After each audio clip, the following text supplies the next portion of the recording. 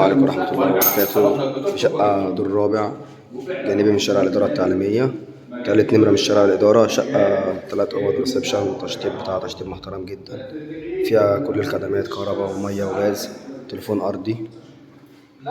الشقة مساحتها 120 متر كده. الريسبشن اهوت، شباك جيب على الشارع اهوت، شباك اهوت جيب على الشارع.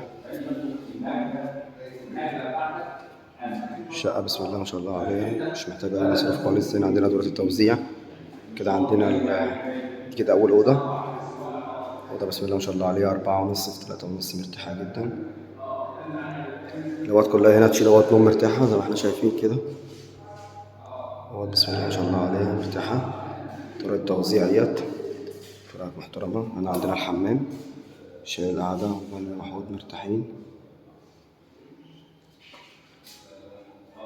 الحمام بتاعي مرتاح اهوت. هنا عندنا كده المطبخ بتاعنا اهوت، المطبخ بسم الله ما شاء الله عليه، شيل كل الأجهزة معانا مرتاحة جدا. المطبخ بتاعه اهوت كويس جدا، شيل كل الأجهزة معانا مرتاحة. كده عندنا الأوضتين التانيين، دي كده تاني أوضة على الشارع برضو.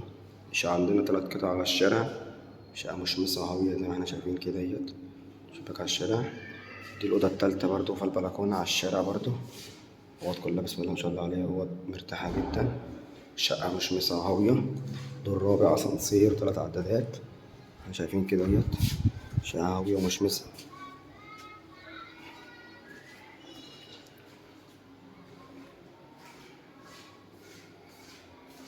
كده عندنا شوفنا كده أوضتين، والأوضة التالتة هناك، والمطبخ والحمام والريسبشن بتاعنا اهوت، شيل قطعتين مرتاح.